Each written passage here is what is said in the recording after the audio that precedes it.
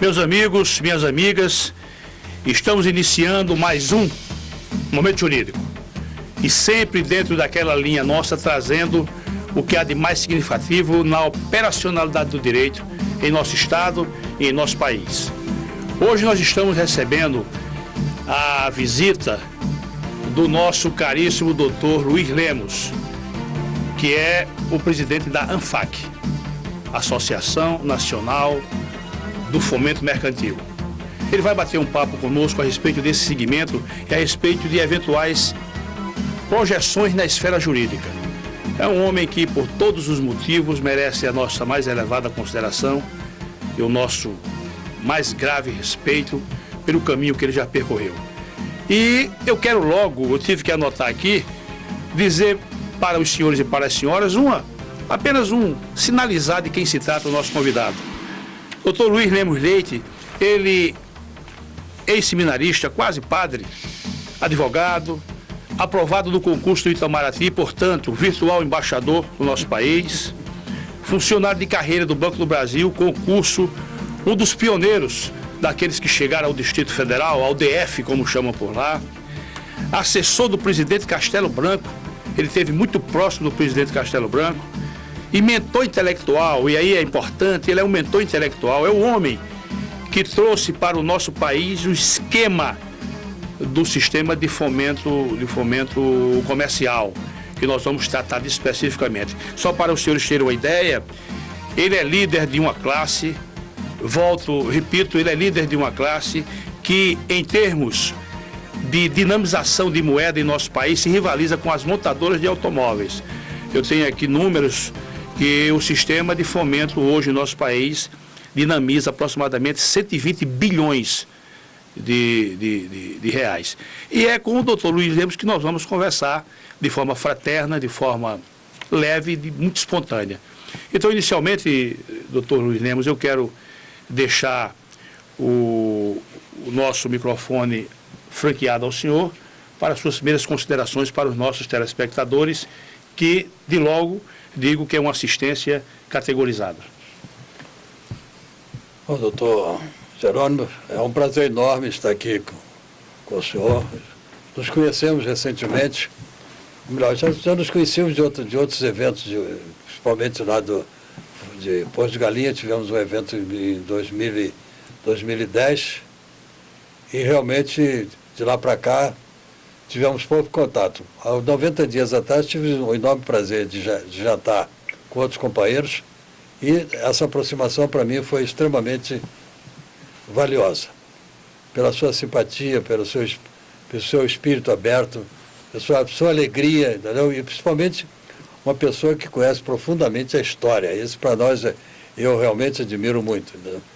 E hoje, então, estou tendo essa oportunidade de colocar no ar mais alguns esclarecimentos, inclusive falar com o telespectador de uma atividade que nós abraçamos há 33 anos, quando nos aposentamos no Banco Central. Como o senhor muito bem disse, comecei minha carreira no Banco do Brasil, depois foi criado o Banco Central, tem até algumas passagens muito interessantes, não sei se vai caber a gente aqui comentar, e ao me aposentar eu tinha como propósito trabalhar, eu não queria ficar em casa. Então, o que eu vou fazer? Como eu já vinha estudando essa matéria do Banco Central, em consequência dos trabalhos que faziam na fiscalização dos bancos, me acendeu aquela luz de que seria talvez um caminho que a gente podia seguir. E eu realmente, em 1982, já egresso do Banco Central e da iniciativa privada, lancei no Rio de Janeiro o FECTRO. Mas nós vamos tratar sobre isso. Eu quero tratar isso com mais vagar. Mas, doutor Luiz Lemos, para a gente, me permita o pleonasmo, para nós começarmos do começo, eu queria primeiro colocar o seguinte: o senhor foi para o seminário, o senhor, filho único homem, mais duas irmãs. Isso. O senhor escreveu uma biografia, não sei se o nosso diretor já tem ela aí, uma biografia, a obra que o doutor Luiz escreveu. Exatamente. Essa obra aí, que eu li, e o senhor escreveu de forma muito terna, eu fiquei muito sensibilizado com a forma como o senhor escreveu. Aquilo foi uma coisa de coração mesmo. E o senhor fala que foi para o seminário aos 11 anos de idade. Me desculpe, doutor Luiz, não foi uma maldade não aquilo? Me permita, não foi uma maldade não? Foi uma decisão minha, né? Foi decisão minha. Minha mãe, inclusive, se opôs tenazmente. Sim, mas foi uma decisão, mas porque o professor lá colocou isso na cabeça do senhor. Não, o padre realmente fez a minha cabeça. Olha, lá eu era um menino, sofria tremendamente de uma bronquite, minha mãe me punia demais porque eu exagerava no esporte. Então, chegava em casa esbaforido, suado, esse menino vai morrer tuberculoso. Como é que ele vai sair de casa, entendeu? Olha aí, doutor Luiz, o senhor com o seu pai e sua mãe, olha, o senhor pequenininho aí entre eles. Eu tinha aí 11 anos. Olha aí o senhor da primeira comunhão. 7 anos, primeira comunhão. 7 anos, primeira comunhão, que bacana. Tudo isso está no livro. Tá. E aí? Aí o noviço. Aí começa, então, uma outra fase da vida religiosa. Então, no noviço, você já assume uma série de responsabilidades, faz votos, inclusive votos de pobreza, castidade e obediência. O senhor fez esses votos? Fiz 2 vezes. 2 vezes. Aí realmente a gente ingressa numa fase bem mais complexa da vida religiosa, porque a gente assume um compromisso solene de que vamos cumprir aquelas normas, a parte de disciplina religiosa, a parte de disciplina intelectual, que realmente para mim foi foi um privilégio. Para a gente fechar esse ciclo de seminário, qual foi a importância da formação no seminário, aquela formação religiosa? Qual foi a importância para o senhor hoje? Hoje eu sou uma pessoa extremamente disciplinada em tudo. E isso realmente, às vezes, no convívio que a gente tem com os companheiros, e principalmente funcionários, até em família mesmo, muitas vezes, por que você faz isso? Por que você faz aquilo? Aquilo, então, realmente está dentro da minha personalidade, dentro da minha índole. Não sei fazer de outra maneira. Isso, de qualquer maneira, me valeu muito na vida, realmente, na carreira do banco, na carreira... Depois na vida, na iniciativa privada, foi um princípio, uma norma... Uma experiência muito importante, né? Muito importante. Doutor Luiz, me diga uma coisa, os parentes evoluindo para chegarmos no assunto de fundo, que é a questão do fomento. O senhor foi aprovado num concurso, que todo o país sabe disso, nós sabemos aqui, um concurso pesadíssimo, que é o concurso do Itamaraty, feito pelo Instituto Rio Branco. O senhor foi aprovado, mas o senhor não chegou a ingressar na carreira por conta de até aproveito para dizer aqui, esse cidadão, Emílio Mirey Lopes, ele não foi, olha ele aí na tela, é isso aí? Ele não foi doutrinador da minha geração, mas um professor meu de criminologia falava muito nele, né? E eu pensava que ele era espanhol, e lendo o livro do senhor, eu vinha saber que ele era cubano, mas morou na Espanha um tempo, morou na Inglaterra, morou aqui no Brasil, casou com uma brasileira. Não, antes ele tinha estado na Argentina, né? Na Argentina também, exatamente. Na Argentina ele veio para o Brasil, ainda moço, e realmente eu não posso explicar ou justificar nada, seria até leviano. Ele chegou prescindido com maus presságios do Brasil, inclusive a imprensa fazia sérias restrições à vida dele. Ele foi contratado pelo Itamaraty, né? Foi exatamente nesse ano, concurso? Foi contratado para fazer um exame do pessoal que estava entrando. Eu fui classificado em segundo lugar nos exames intelectuais. E, não sei por que razão, aí ele verificou que realmente eu tinha deficiências orgânicas, eu não podia ser diplomata. E aí tem um episódio muito interessante, que meu pai era o contador da Companhia Progresso Industrial do Brasil, Fábrica Bangu, que era realmente, na época, o grande nome da indústria brasileira, inclusive com reputação internacional. E o ministro da Fazenda, Guilherme da Silveira, era o presidente da companhia. Não se falava em Brasília. E meu pai, todo dia à noite, ou 2, 3 vezes por semana, ia despachar os assuntos da companhia no gabinete do ministro. Chegou um dia e disse, meu filho foi reprovado nos exames. Como ele era médico, o doutor Guilherme era médico. Como foi reprovado seu filho? Jovem desse jeito, aquele coisa de político. Eu vou fazer hoje um bilhete para o ministro das Relações Exteriores, que é o Raul Fernandes, e seu filho vai entrar no Itamaraty. Eu era um menino, 22 anos, então meu pai me chamou e disse, olha, se prepare que no dia tal você vai ao Itamaraty, lá no Rio, e o ministro está apresentando um documento para o colega dele. E fui, no determinado dia, para um Cadillac daqueles lindos, rabo de peixe, placa verde e amarela, que era o maior sucesso do Rio de Janeiro, né?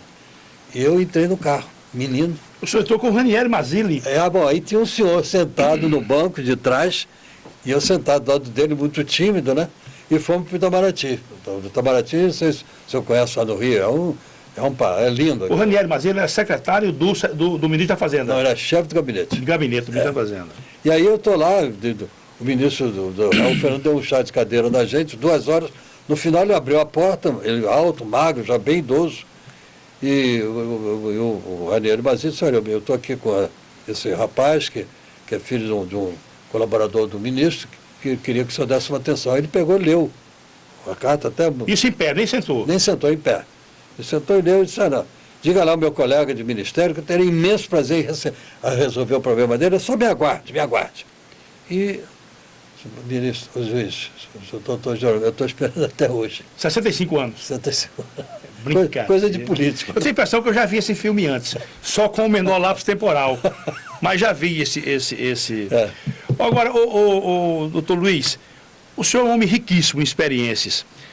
O senhor esteve muito próximo do presidente Castelo Branco, né? O senhor foi do staff direto dele ali, despachando com ele direto. O senhor falou que ele era um homem de uma fidalguia. Né? O senhor falou que ele, apesar de ter idade de ser pai do senhor, só o tratava por doutor Luiz Lemos. Né? Exatamente. Conta isso em síntese pra gente. Não, o senhor sabe como é, o militar, ele prima pela disciplina. A hierarquia é sagrado.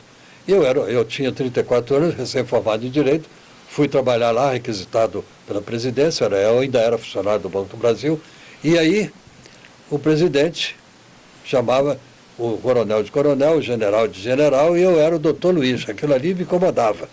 Entendeu? E eles, sistematicamente, uma vez por mês, ele percorria.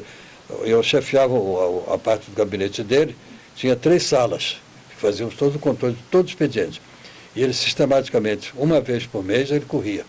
E fazia questão de cumprimentar funcionário por funcionário, educadamente, como eu disse, com muita fidalguia. Era um homem fechado, naturalmente, ele tinha lá, respeitava a hierarquia, né? E um contato muito importante que eu tive com ele, eu até narrei no livro, foi a respeito do Banco Central. Um dia ele me chamou e disse, eu sei que o senhor do banco, por que o Brasil não tem Banco Central? Isso é um fato que outro dia em Brasília, semana passada, em São Paulo, houve um evento do Banco Central comemorando 50 anos. E eu fui convidado, fui lá fazer uma palestra e contei isso. Olha, o presidente não sabia por que não tinha Banco Central no Brasil. Está na revista da ANFAC, inclusive. Está na revista esse evento. Contei, está na revista da ANFAC. E então eu contei para os colegas, ninguém sabia disso. Então, o que aconteceu? Disse, olha, presidente, em 1946, isso eu acho que é importante o grande público saber, o presidente Dutra mandou para o Congresso uma mensagem com um anteprojeto criando o Banco Central. E por que não foi feito? Bom, onde é que está isso? Eu falei, está na Câmara. Aí ele estava com um bloquinho na frente dele, um lápis, e anotou assim, são decorridos 18 anos. 18 anos. O senhor narra isso na sua biografia? Eu estava conto lá. E aí o que ele fez? Hoje eu vou chamar o ministro Roberto Campos, vou pedir que ele faça um levantamento disso. Dias depois o ministro realmente fez, chegou ao palácio uma pilha de papel, de dossiês e tal. E o Roberto Campos então me disse, ô Leite, eu me chamava de Leite, faz um levantamento com a sua equipe, eu tinha levado 3 colegas do banco para trabalhar comigo, já de um certo nível, resuma isso para mim. Aí em poucos dias resumindo, dei para ele o papel, ele levou para o ministro Otávio Gouveia de Bulhões, prepararam um anteprojeto, fizeram um expediente para o presidente então fez uma mensagem ao Congresso Nacional, estipulando o prazo de 90 dias para que fosse sancionado. E foi. E no dia 31 de dezembro de 64, saiu a lei 4596, a lei que está aí, que rege o Banco Central.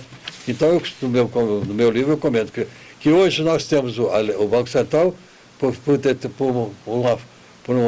uma medida mano-militar. Do contrário, estava rolando aí do Congresso, como muita coisa rola, anos e anos e anos, e acaba caindo no esquecimento. Então, isso é um dado que eu gostaria de deixar bem público aqui, que realmente é um orgulho para mim ter participado ainda humildemente dessa passagem da história do Brasil. Isso é muito importante, né? Porque pelo sentido finalista do Banco Central, é uma instituição das mais importantes.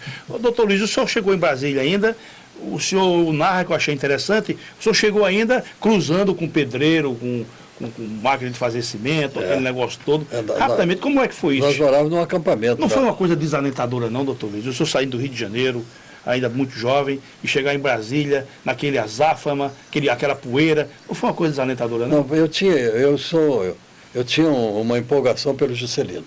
Eu acho que o Juscelino foi um grande estadista. E o homem realizou uma obra maravilhosa, fazer uma cidade como Brasília em 4 anos. Quer dizer, é verdade. Qual é o homem com um político, só um estadista realizaria. E eu me empolguei e fui para Brasília. Ah, quer dizer que foi esse o sentido. Foi o meu grande sentido. E realmente Brasília, para mim, tem um significado muito importante. Inclusive tem aquela visão de Dom Bosco também, né? Porque eu entendo o seguinte... É exatamente, o senhor narra no livro também. Tem uma passagem do Dom Bosco. O senhor narra isso não. E o Dom Bosco, eu costumo dizer, Dom Bosco viveu fora da época dele, né, Dom Bosco? Olha aí, Juscelino Kubitschek de Oliveira. E agora, falar em Dom Bosco, agora dia 15 de agosto, foi sábado, os salesianos do mundo inteiro comemoraram 200 anos do nascimento de Dom Bosco, 15 de agosto de 1815, em Turim, na Itália, no Piemonte, entendeu?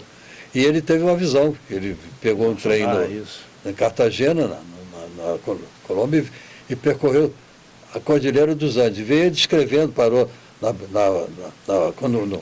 ali no Peru, onde nasce o rio Amazonas, Solimões, ele descreveu uma floresta, uma riqueza imensa, uma coisa privilegiada, a natureza e tal. E veio descendo o trem. Quando ele parou entre o paralelo 15 e 20, o trem parou e ele disse, aqui, na terceira geração, vai surgir uma grande civilização, que é exatamente onde está Brasília. E, inclusive, doutor Lino, o senhor, quando esteve em Brasília, logo na sua chegada, o senhor ainda cruzou ali nos corredores com o Golbery, né? O bruxo. O Golbery foi, aliás, quando eu fui designado para... que eu cheguei lá no Palácio, não fui trabalhar diretamente no gabinete do presidente, fui trabalhar no gabinete civil. O senhor narra isso. Um mês e pouco depois, em maio, eu fui chamado no gabinete do presidente. Aí a gente, naquele tempo, era um terror, né? A gente não sabia o que ia acontecer. E realmente fui lá muito bem atendido e recebi como missão o seguinte, o senhor tem carta... O senhor alcançou isso aí, doutor Luiz? Peguei isso lá. Onde era o Banco do Brasil, estava na metade do prédio. Eram andaimes e a gente entrava numa pinguela da rua, do Volkswagen. Né? Não era nem uma ponte, né? Não, era uma pinguela. E embaixo, quando chovia, era um lago, entendeu? E o prédio foi subindo. Hoje, ali é uma garagem, não sei quantos mil carros embaixo. Então, mas o que eu estava dizendo, então, eu fui designado então, para organizar o gabinete do presidente. E eu só imagino o que tinha dentro desse gabinete. Então, papel, embrulho. E isso era maio, de 31 de março até maio, o que chegava lá foi encostado, estava no chão. E atrás de uns armários tinha papéis, mais papéis. Aí, minha preocupação, eu subi, era no terceiro andar, subi ao quarto andar, e tinha uma salinha pequena, menor que isso aqui. E estava lá o Golbery com 2 auxiliares, um capitão e um major. O capitão era o Heitor de Aquino, e o major era o Venturini, Danilo Venturini, major. E aí eu cheguei e disse, olha, eu sou fulano de tal, e disse, eu já te conheço muito bem. O Golbery já tinha feito o levantamento da minha vida. Disse, olha, eu queria saber do senhor o seguinte, estou lá com uma série de documentos, o que é que eu faço? Disse, olha, enrola tudo num barbante, faz os blocos, me manda, até os carbonos. Eu achei interessante, até os carbonos. Porque naquele tempo tinha a datilografia, não tinha os recursos que temos hoje da eletrônica. E aí desceu o capitão, o Heitor desceu comigo e verificou a tarde dos armários, também mande tudo isso. E eu peguei e mandei tudo lá para cima. Meses e meses depois, encontrei aliás, anos depois, encontrei o Heitor, lá em São Paulo, no almoço, e disse, tinha algumas pessoas que ele me apresentou, devia ser general reformado, não sei quem era. Disse, olha, esse homem aqui prestou um grande serviço, porque através dos carbonos que ele nos forneceu, detectamos alguns terroristas nesse país. olha aí o bruxo. Está aí ele. Chamavam ele de um bruxo. Ele é realmente... E ele era um intelectual, né? Tudo isso. É. Naturalmente, como eu comento no livro, a Revolução chegou a um determinado ponto que ela tomou um outro rumo, desvirtuou-se completamente, eu lamento profundamente fazer esse tipo de comentário, mas ele era um intelectual, tanto naquele episódio, aquele episódio lá do Rio, do Rio Centro? Do Rio Centro, ele saiu do governo por causa disso, que ele não concorda com isso. Então ele era um homem, um intelectual, era no outro nível que ele operava, entendeu? Viu, doutor Luiz Lemos, é só para a gente passar já para o assunto de fundo, começarmos com o nosso assunto de fundo. Eu era rapazinho e eu assistia sempre o Jornal Nacional com meu pai, né? E meu pai fazia os comentários dele, eu via com muita atenção. Então eu me lembro que em um determinado momento, o Golbery deslocou a retina. E aquilo passou a ser um assunto, sabe, um assunto de Estado. Como é que está a retina, como é que não está, porque ele era o que se chama, quer dizer, na minha visão de rapazinho, ele era para mim a cabeça pensante do regime. Ele era o indivíduo que pensava. Mas, doutor Luiz Lemos, o senhor lidera, como eu já falei aqui, o senhor é líder de um segmento da economia nacional da mais alta relevância. Eu estou dizendo isso porque eu leio, eu tomo conhecimento e o setor do fomento comercial é hoje um fomento de peso na economia brasileira. Haja vista, como eu já falei, que se rivaliza com as montadoras de veículos. Então eu pergunto, quais são as origens, doutor Luiz Lemos, qual é a origem do fomento? Como hoje é colocado, qual é a origem dele? O senhor vislumbra onde? No século passado? Bom, eu chegaria, Jerônimo, a 2.500 anos atrás em Roma. Nós tínhamos lá uma figura do facto. O facto inclusive a declinação latina, a terceira declinação latina, facto, factores, que é uma palavra, o radical vem do verbo facere, que o factum, que era o supino, né? Os tempos primitivos do latim, que significava empreender alguma coisa, fomentar alguma coisa. O facto era exatamente, lá no Império Romano, era um consultor que dava todo o suporte ao poder público de Roma. Roma conquistou toda a Europa, o norte da África, os seus exércitos, e como eles iam manter íntegros aqueles vastos territórios, distâncias geográficas enormes, culturas diferentes, sem idiomas... Sem comunicação nem transporte, sem comunicação nenhuma, entendeu? Aí como é que eles iam fazer? Então, o governo o que fez? O poder público Roma, inteligentemente, estabeleceu em pontos estratégicos do vastíssimo Império Romano a figura do facto, exatamente como um fomentador da economia do Império Romano, no sentido de manter íntegros todos os territórios conquistados. E assim foi, enquanto viveu... Foi evoluindo. Aí houve a decadência do Império Romano e outros povos, então, começaram a copiar esse modelo. Portugal, Espanha, Holanda, com a época dos grandes descobrimentos. E o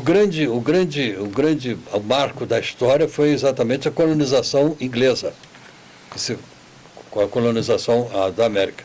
E eles usaram lá a figura do facto. O facto dos ingleses era o representante comercial da metrópole, que era Londres. E começaram a desenvolver toda a economia da colônia através da figura do facto. Centralizava, ele gravitava em torno dele todas as atividades da colônia. Recebimento de mercadorias, selecionar os compradores, vendedores, tudo girava em torno da figura do facto. E aí, então, o que aconteceu? Isso, resumidamente, que a história é muito mais longa. Claro. Veio a independência americana e em Nova York havia um facto muito rico que tinha lá, coincidentemente, nesse período de 1650, da colonização americana, houve a grande reforma industrial, simbolizada pela locomotiva e pela indústria têxtil. E a política inglesa foi exatamente desenvolver toda a parte de indústria têxtil na colônia, para dar vida à colônia. E aí o que aconteceu? Veio a independência, Nova York um factor muito rico, que era um consultor, tinha lá algumas indústrias têxteis que eram clientes dele, e ele então começou a dar esse suporte e começou a ver o seguinte: na hora que vendia o seu produto, o tecido, ele selecionava os compradores. Então vende para esse é bom pagador, não vende para aquele. Como ele era um homem que tinha muitos recursos, um homem de posse, ele começou a raciocinar o seguinte: se eu já dou esse suporte, garanto a liquidez do negócio, eu vou comprar esses direitos. E aí foi então que aconteceu. Ele associou aquilo que ele já fazia, de apoiar o pequeno empresário, se desenvolver, ele começou a dar os recursos para que ele pudesse completar o seu ciclo operacional, o pequeno empresário. Perfeito. Então, nesse momento, isso eu gostaria de deixar bem claro para o grande público, que surgiu um negócio chamado factoring, que era exatamente o que? Era um negócio feito pelo facto. A expressão inglesa para representar uma atividade, como você tem merchandising, você tem leasing. Então, factoring exatamente era um negócio feito pelo factor, que realmente foi uma iniciativa desse empresário, desse consultor, que desenvolveu, então, esse grande mecanismo que hoje está consagrado no mundo inteiro. Doutor Luiz, eu li em algum lugar, não me recordo agora, que a primeira empresa de fomento nos moldes de hoje, ela foi criada nos Estados Unidos em 1808. 1808, esse episódio que eu acabei de dizer, que exatamente esse facto, o nome dele era William Isling. Então, a empresa chamava William Isling and Company. Olha aí, ó. Roma Antiga. Roma Antiga e Grécia. Século XVII, século XVIII, Inglaterra e Estados Unidos. E Brasil, décadas de 70 e 80. É isso? É isso aí. É isso aí. Quer dizer, efetivamente, aqui no Brasil começou no dia 11 de fevereiro de 1982, quando nós estabelecemos um marco, foi a criação da ANFAC. Então no Brasil, 82. Foi efetivamente 82. Começou se a gente for remontar um pouco a história nossa, começou talvez em 68, com a experiência que eu tive dentro do Banco Central, de uma fiscalização de um banco de investimento. Não existia banco de investimento no Brasil. O banco de investimento no Brasil surgiu com a Lei 4.728, que também foi do presidente Castelo, que disciplinou o mercado de capitais no Brasil. E os bancos de investimento foram criados por essa lei. Certo. Nós vamos fazer o nosso primeiro intervalo, doutor Luiz, mas eu vou deixar aqui para elucidar essa grande perplexidade. Factoring, fomento mercantil ou fomento comercial? Nos tira essa dúvida. Voltamos já.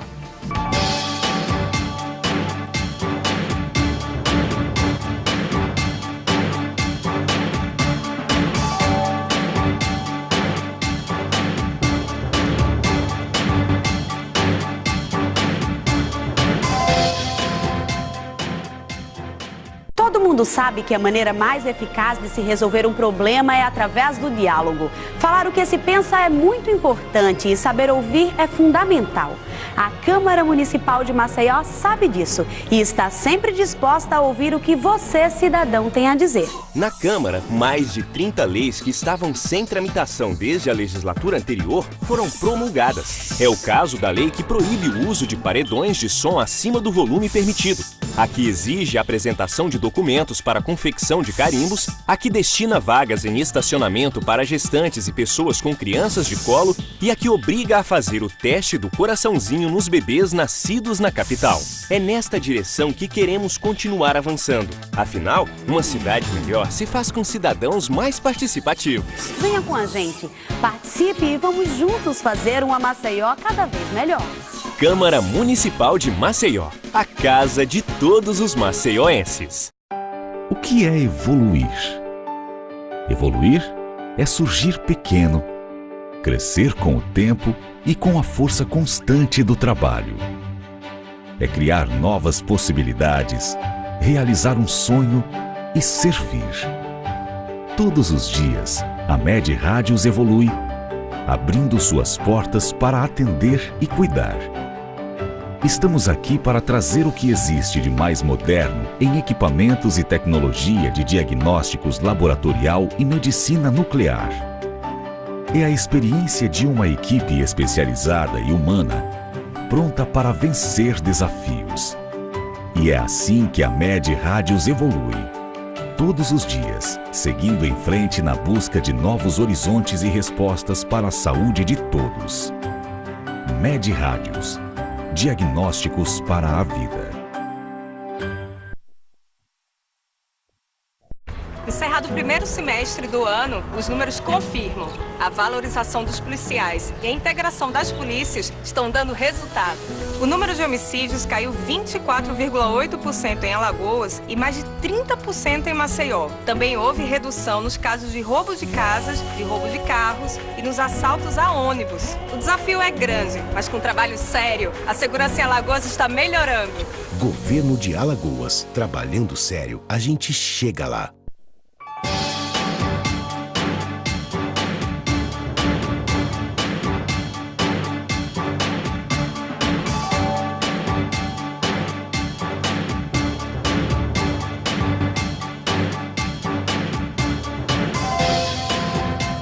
Meus amigos, minhas amigas, estamos de volta e recebendo hoje com gratíssima satisfação a presença do Dr. Luiz Lemos, Dr. Luiz Lemos Leite, que foi quem construiu, foi quem edificou o alicerce sólido desse segmento da economia brasileira chamada fomento comercial.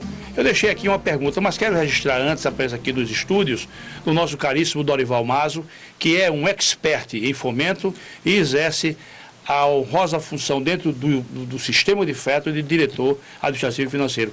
Quero lhe dar as boas-vindas e dizer que Alagoas se sente honrada e satisfeita com a presença dos senhores aqui. E você, eu posso dizer aqui, que ontem ganhou uma netinha e vamos aplaudir. Sucesso. Mas, doutor Luiz,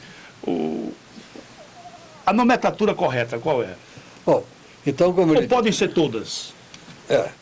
Então veja bem, quando essa história começou, então com a primeira fiscalização que o Banco Central fez, primeira fiscalização, doutor Jerônimo, primeira fiscalização, os bancos de investimento foram criados em consequência da Lei 4.728. Isso eu gostaria de ilustrar para o grande público, talvez aqui ninguém tenha muito conhecimento da matéria. Então, essa Lei 4.728 é de junho de 1965. O presidente Castelo Branco disciplinou o mercado de capitais. Regulou financeiras, bancos de investimento, não existia banco de investimento no Brasil. O problema das corretoras de valores, que aquilo eram verdadeiros feudos, que eram objetos de sucessores. Era uma verdadeira herança. Era uma herança. Bom, aí o que ele fez? Regulamentou isso tudo. Bom, e começamos, então, no Banco Central, a estudar o que é banco de investimento. Ninguém sabia que era banco de investimento no Brasil. O banco de investimento, exatamente, era uma instituição destinada a financiar, dar suporte financeiro a bens de capital. O que é bens de capital? São os grandes equipamentos, desenvolver o mercado de capitais no sentido de fazer crescer as empresas. E fizemos, então, uma norma, que é a famosa Resolução 18, com base na lei. E em maio de 68, que os bancos já tinham um ano e pouco de funcionamento, fizemos a primeira fiscalização num banco de investimento em São Paulo. Hoje eu passei o nome, Banco Bandeirantes de Investimento, que fazia parte de um conglomerado. Tinha um banco comercial, tinha um banco de investimento, tinha financeira, tinha uma corretora. E o que aconteceu? O nosso inspetor chegou lá e, naquele tempo não tinha computador, o balancete do Banco Central era um negócio desse tamanho, e feito na datilografia. Tinha lá as rubricas, só preenchia. E numa das rubricas do ativo, estava um X em cima de financiamento de capital de giro, rasurado. E colocaram em cima factoring. Aí, Quem colocou, doutor Luiz? O banco, o contador. Mas você não sabe a pessoa que colocou, não, né? Factoring. Foi o dono do banco que mandou colocar. Foi? Foi o nome do dono do banco.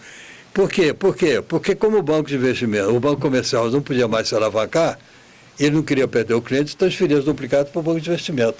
Só que o banco de investimento não foi feito para descontar duplicata, ele tinha outros objetivos, fora do escopo legal. Aí o que o banco fez? Bota facto aí, vamos tapear os caras do Banco Central. Ele usava essas expressões. Bom, aí o que aconteceu? O nosso inspetor chegou lá, a primeira coisa que ele viu, o balancete que vai ser entregue à autoridade monetária rasurada, por quê? Aí chamou o contador e disse, meu amigo, eu não posso aceitar esse balancete. Maio de 68. Mas por quê? O senhor me rasura aqui e ainda assina embaixo? Não, mas eu sou um empregado, o senhor me desculpe. Mas quem é que mandou o senhor fazer isso? Não, foi a diretoria. Quem deu o documento? Aí deu um documento para ele, o contrato. E nós estávamos no Rio ainda, o Banco Central estava no Rio, foi para o Rio e coube a mim, por azar, coube a mim examinar a matéria. Primeira coisa que eu fui fazer, qual é a origem da palavra factoring? Aí foi os meus conhecimentos latinos. A palavra factoring vem do latim facto, factores, substantivo da terceira declinação do verbo fatio, fet, factum, fatis, os tempos primitivos, e quer dizer o quê? Quer dizer fomentar, empreender. Então, como é que nós vamos traduzir a palavra factoring para o português? Fomento comercial. E aí começou a história, do Banco Central, 1968. Aí eu fiz minha carreira, fui chefe de vários departamentos, sempre dentro dessa área, e fui diretor. Quando me aposentei, falei, o que eu vou fazer? Eu não quero ficar em casa, vou lançar o FEC do Brasil. Então, no dia 11 de fevereiro, lançamos o Fomento Comercial Factory no Brasil, oficialmente com 11 companheiros. Registramos na Junta Comercial uma parte no Rio, uma parte em São Paulo, 11 empresas e fundamos. E hoje é esse grande... Tudo começou aí, né? Banco Bandeirantes, está aí o Banco Bandeirantes. Olha, o nosso Paulo Cajueiro, que é o diretor do programa, ele é o mago da história. A gente conversa aqui e ele vai ali nas pesquisas dele. Perfeito. Olha aí. Maravilha. Muito bem. Quer dizer que o nome, então, é Fomento Comercial. Bom, aí a coisa foi evoluindo, alguns falaram, vamos mudar para o Fomento Mercantil, e não ficou como empresa de fomento. Então, muitos se registraram como empresa de fomento mercantil, outros como empresa de fomento comercial.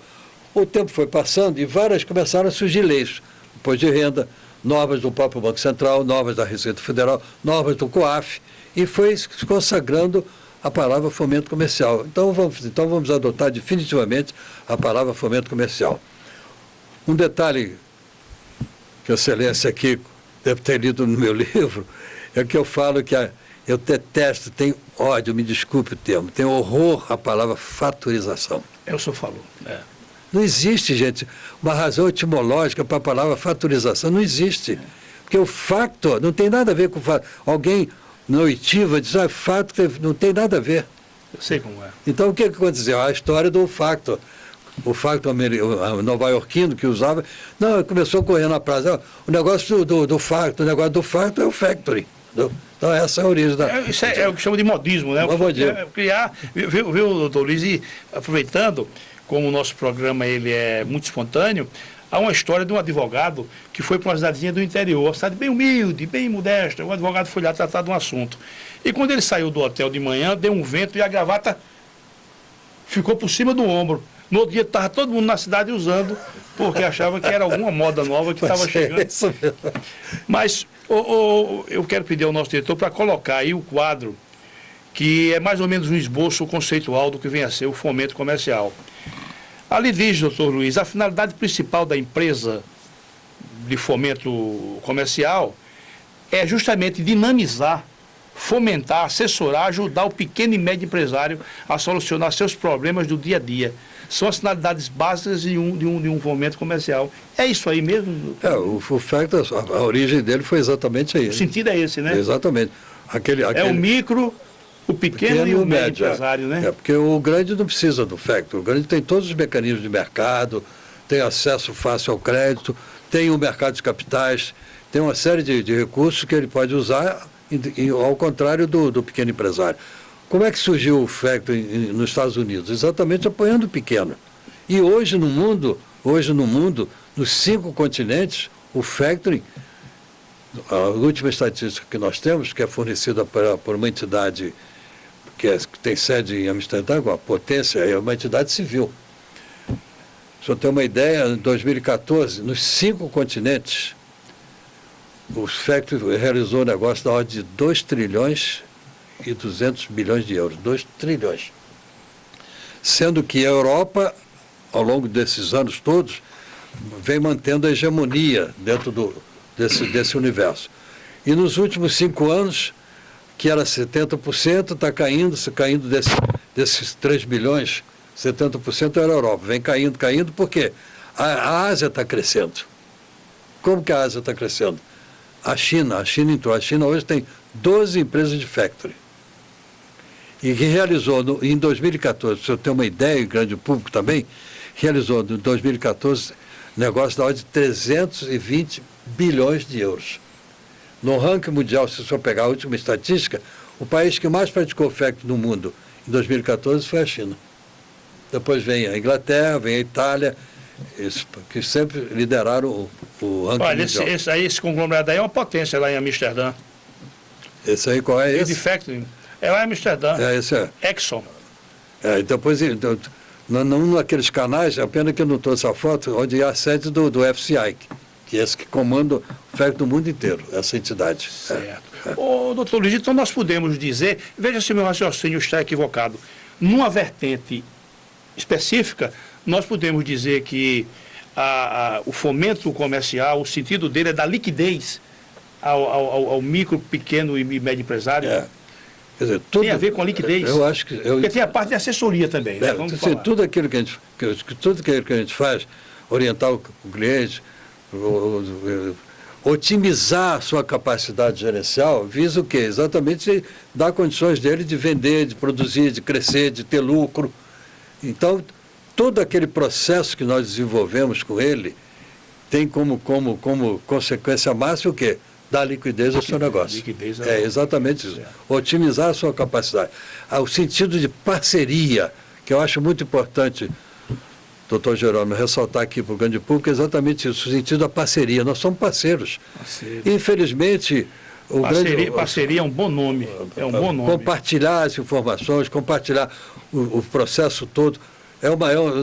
Temos interesses convergentes. Então, para a gente fechar a questão, quais são as vantagens de uma parceria do pequeno, do micro, do pequeno ou médio empresário?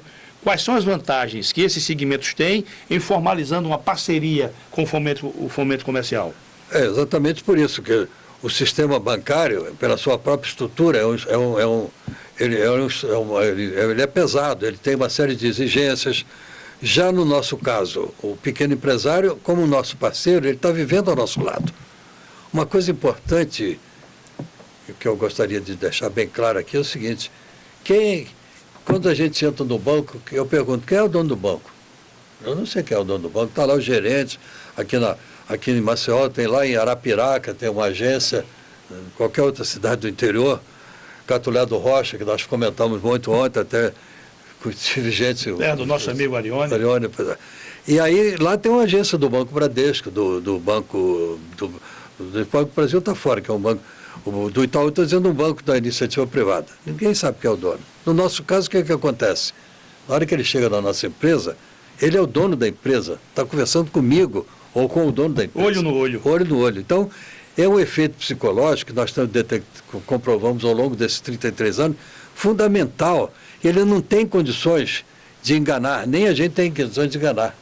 Então, o que a gente tem que preservar numa relação empresarial? Exatamente a confiança. A confiança. Eu posso confiar nele, assim como ele pode confiar em mim. E esse é o grande motivo do nosso sucesso. Mas, doutor, me diga uma coisa, vamos admitir, eu tenho uma pequena empresa. Aí como é que eu faço? Eu estou precisando, eu tenho recebíveis, eu tenho crédito a receber. Aí como é que eu faço? Eu preciso ter liquidez. Aí como é que eu faço? Eu entro numa empresa de fomento como é que se dá essa relação obrigacional? A prospecção do cliente é um trabalho que nós desenvolvemos, temos até curso para isso.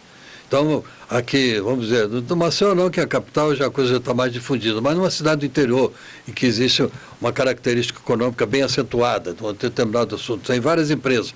Nós vamos lá visitar a empresa, isso é fundamental hoje, inclusive está até na própria lei do COAF hoje, a principal exigência do COAF é a visita, que há 33 anos nós preconizamos isso, a visita, conhecer o cliente. Então, quem faz essa visita, doutor? É um operador nosso, ele tem um curso de operador em que ele é treinado, ele é capacitado para fazer isso. Então ele vai lá, visita o cliente, faz o levantamento dos problemas dele, os funcionários, a competitividade do produto dele, qual é o mercado, quais são os sacados dos compradores do produto e traz para nós. Isso, então, não. E aí o que ele faz? Vamos examinar, vamos fazer o levantamento cadastral, vamos avaliar o padrão creditício dele e do comprador. E aí, então, o que nós fazemos? Fazemos um contrato. todas as nossas operações, todas, são lastreadas no contrato de fomento comercial. Esse contrato de fomento comercial começou em 1982, eu elaborei, naturalmente sem experiência nenhuma ainda no mercado, com base no Instituto Civil da Cessão de Crédito. Ah, tá, certo. Comecei aí. Certo. Cessão de Em crédito. 1982. E aí o que aconteceu? Fomos passando o tempo e fomos verificando o seguinte: o Instituto da Cessão é extremamente rígido. É verdade. Entendeu? Então, no momento que ele estava com o borderô conosco, e com várias duplicatas, naquele tempo a gente era só para. Depois que entrou o cheque, título de crédito, vamos falar em título de crédito, pronto. O que aconteceu? Começamos a verificar o seguinte: para cada título de crédito ele teria que ter um contrato, com base no Instituto da Cessão. Isso foi engessando a nossa atividade e tínhamos que partir para alguma coisa. O que seria? Então, fizemos um evento no Rio, ainda nos primórdios, isso em 1988, 89. E temos que sair dessa encruzilhada. E o senhor sabe o que me inspirou? O antigo Código Comercial. 1850. 1850. Compra e venda mercantil, artigo 191 a 220 do Código Comercial. O senhor foi buscar inspiração lá atrás? Lá atrás. E lá dizia assim, artigo 191. O que é uma venda, um contrato de compra e venda mercantil? Em que o vendedor, ele adquiriu um bem, ou um bem móvel, né? Para revender e ter lucro. Então, e ele tem que ter como fundamento o quê? O objeto, a coisa e o preço. Então eu falei, bom, temos a saída. O que são bens móveis? Então lá diz no Código Comercial Antigo, ações, fundos do governo, semoventes, ninguém sabe o que é semoventes.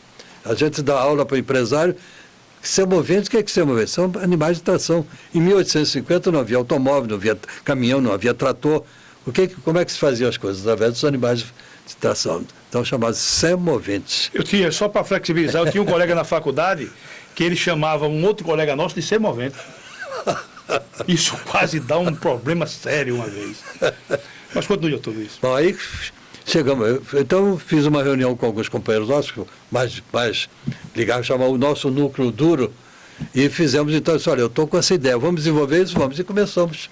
E aí surgiu, então, o contrato de fomento comercial, para operar o quê? Títulos de crédito, que podiam ser endossados e ser transmitidos para a economia. Né? A pessoa física pode entrar no sistema do fomento? Não, no nosso caso, só a empresa. A própria origem, dados seus 1808, quando aquele facto americano começou a fazer a sua experiência, foi só a empresa. E hoje, no mundo inteiro, qualquer país do mundo, eu costumo dar um exemplo muito interessante nos cursos que eu dou. Então, eu faço o seguinte: você vai fazer o curso, não é só o empresário nosso, o curso é aberto. Então, tem advogado, médico, tem tudo. Então, nós fizemos agora, estamos fazendo semana que vem, o 164º curso de operador, que é o pesado nosso. Certo. E aí eu costumo dizer que é um grande investimento que ele faz, porque ele aprende latim, aprende português, geografia, que eu aproveito e comento as origens da palavra. Eu dou sempre o exemplo seguinte: existe uma empresa do infecto na Islândia. O que faz a Islândia? A Islândia vende bacalhau, vende peixe, produtos industrializados. E qual é a capital da Islândia? Reykjavik, ninguém sabe.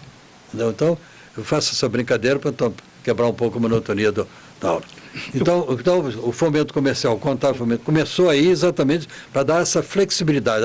O endosso tem a vantagem de flexibilizar, tornar a coisa flexível, tornar ágil, através do seu ato translativo, né, do bem, do direito. É. Doutor Luiz, o fomento ele não se confunde com banco, né, com instituição financeira, né? Tem esse detalhe aí que é importante, né? Só por esclarecer isso, eu só quero dizer para os nossos ouvintes, para os nossos assistentes, que o doutor Luiz está aqui, mas está havendo um congresso da região Sergipe-Alagoas, né?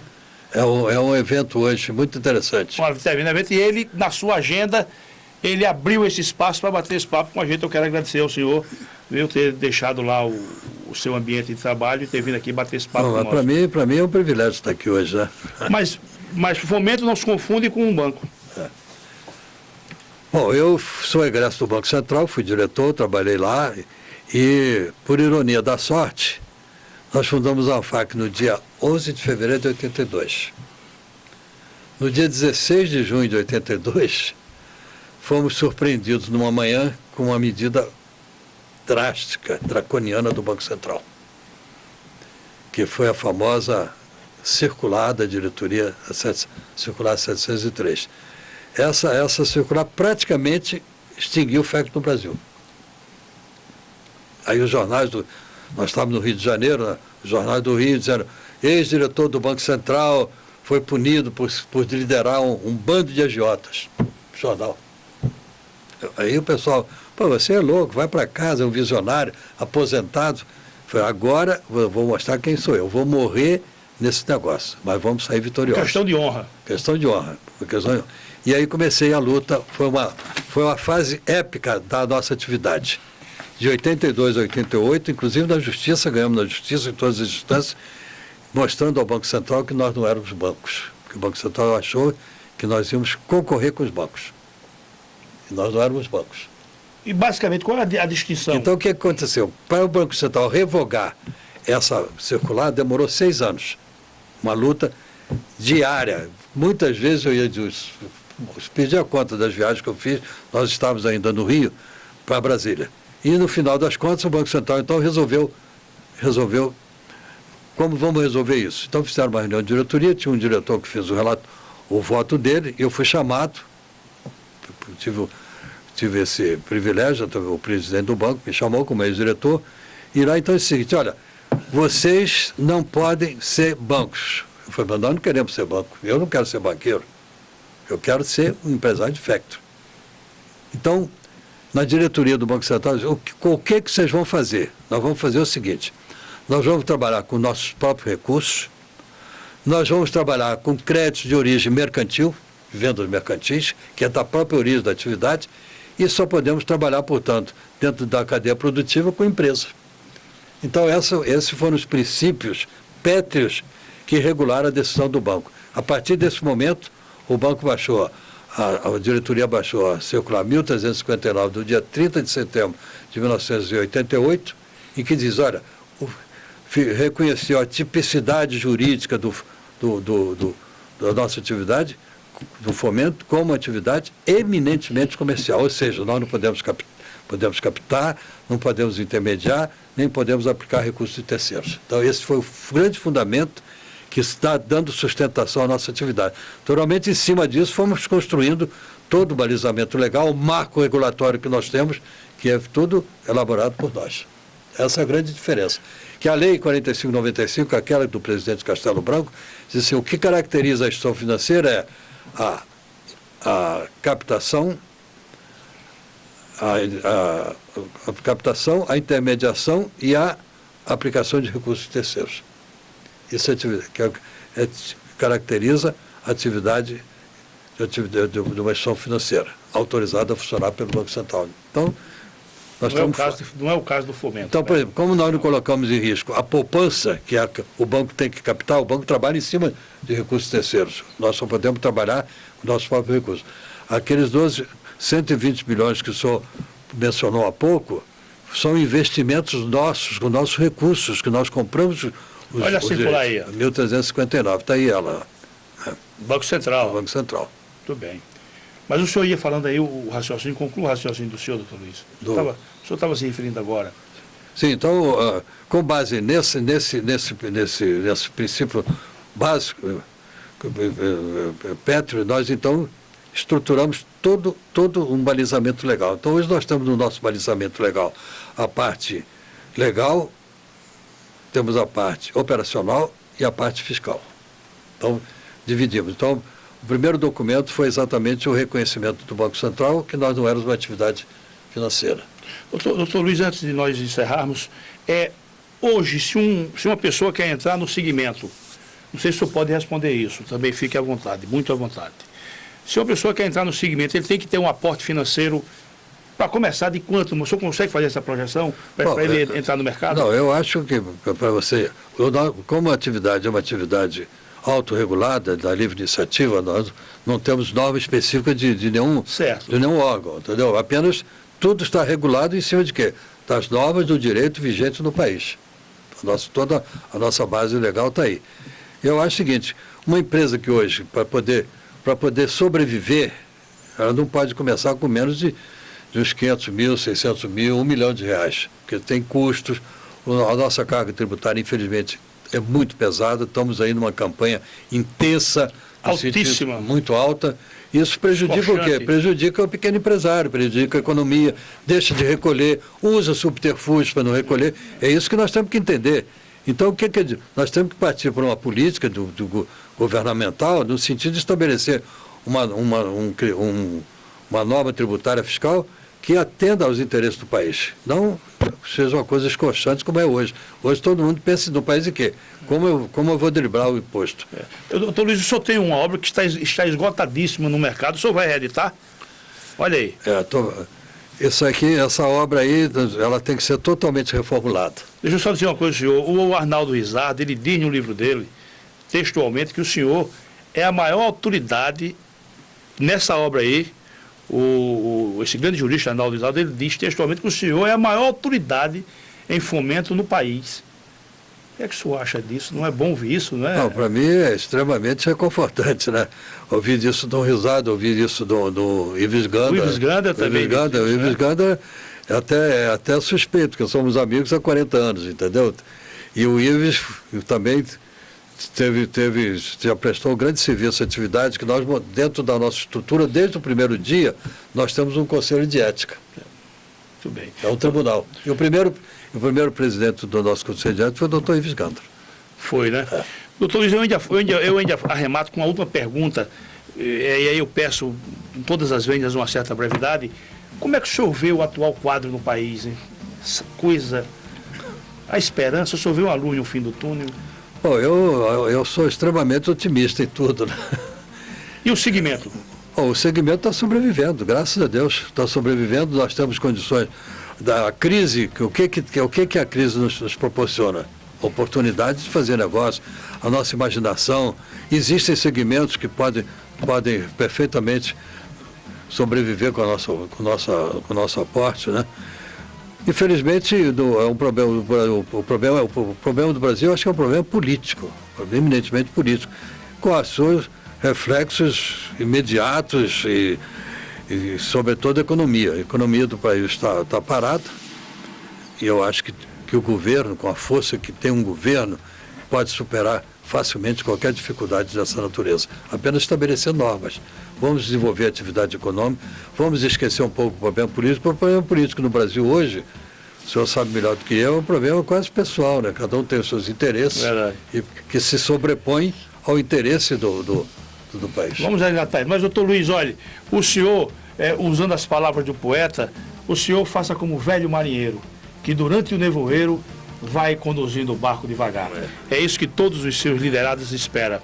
Doutor Luiz, olha, foi uma honra a TV Maceió, Canal 22, afiliada da NET, sente-se honrada com a presença do senhor, com a presença do nosso caríssimo Dorival Mazo. O nosso público assistente também, com certeza, vai fazer uma reflexão sobre tudo que nós conversamos aqui. E espero, francamente, recebê-lo aqui mais vezes, numa outra ocasião. O senhor retorna para São Paulo ainda hoje?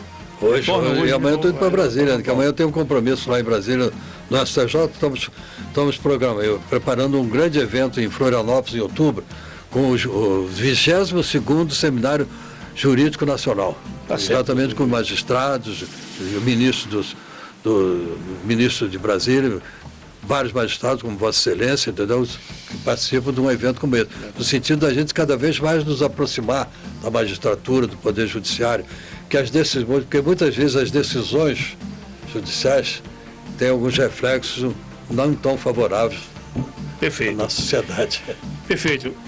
Eu quero agradecer aos nossos assistentes, o público telespectador, os operadores do direito, e mais uma vez dizer, doutor Luiz, da nossa honra, nossa satisfação em receber aqui nos estúdios da TV Maceió. Seja sempre bem-vinda. Seja sempre bem-vindo aqui ao nosso ambiente. Muito obrigado e até o próximo programa, se Deus quiser.